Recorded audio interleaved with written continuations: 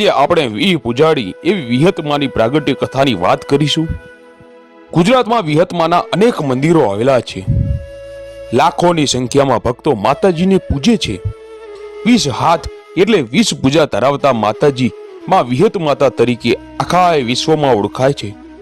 મિત્રો, વિહતમાનું પ્રાગટ્ય અદ્ભુત છે। દેવીની લીલા અપરંપાર છે।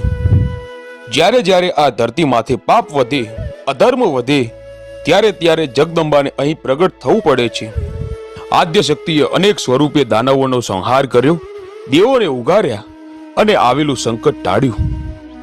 એમાંથી એક અમર્યા દૈત્યનો સંહાર કરવા માટે માં આદ્ય શક્તિએ 20 પૂજાડીનું રૂપ લીધું હતું। એકવાર ભોળાનાથ અને માં પાર્વતી પૃથ્વી ઉપર ભ્રમણ કરવા નીકળ્યા। અઘોર જંગલમાં શિવ પાર્વતી ચાલ્યા જાય છે। ત્યાં એક તળાવમાં અડધું પાણી સુકાઈ ગયું છે અને એક મહાકાય પાડો અડધો કીચડમાં ફસાઈ ગયો છે। બહાર નીકળવા મહા મહેનત કરે છે પણ બહાર નીકળી શકતો નથી। ત્યાં જ અચાનક પાર્વતીજીની નજર તળાવમાં આ પાડા ઉપર પડી અને બોલ્યા, હે ભોળાનાથ પ્રભુ, આમ સામે તો જુઓ, તળાવમાં એક અબોલ પશુ બહાર નીકળવા માટે કેવા તરફડિયા મારે છે।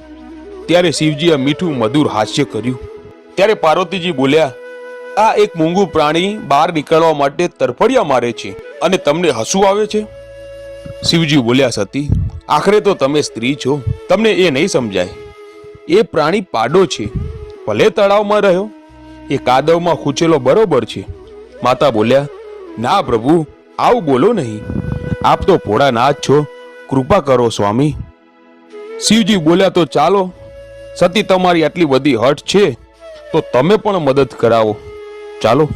આમ ભગવાન શિવ અને પાર્વતી તળાવમાં ખૂંચેલા પાડાને બહાર કાઢવા જાય છે। પણ આ પાડો બીજું કોઈ નહીં પણ દાનવ અમર્યા દૈત્ય હતો।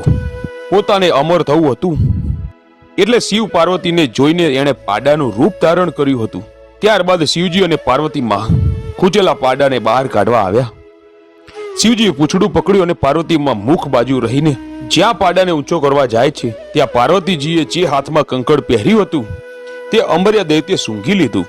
એટલે કંકણ જેવું સૂંઘ્યું એટલે અમર્યા દૈત્ય ત્રાળ દીધી અને તે અમર થઈ ગયો અને અસલી રૂપમાં આવીને જતો રહ્યો। પછી તો તેણે ત્રણે લોકમાં ત્રાહી મામ મચાવી દીધી। ઇન્દ્રલોકમાં આવ્યો ત્યારે ઇન્દ્ર પણ ઇન્દ્રલોક મૂકીને ભાગ્યા। એટલે સૌ દેવતાઓ અને ઇન્દ્ર મહારાજા ભગવાન શિવ પાસે આવ્યા અને કહેવા લાગ્યા, હે ભોળાનાથ, આ અમર્યા દૈત્યના ત્રાસથી છુટકારો અપાવો। ભગવાન બોલ્યા, હે દેવો, આ અમર્યા દૈત્યને મારવો બહુ જ મુશ્કેલ છે, તેથી આ કામ આદ્ય શક્તિ વિના કોઈ જ નહીં કરી શકે, માટે તમે આદ્ય શક્તિ પાસે જાઓ, તે તમારું કામ જરૂર કરશે। દેવો બોલ્યા,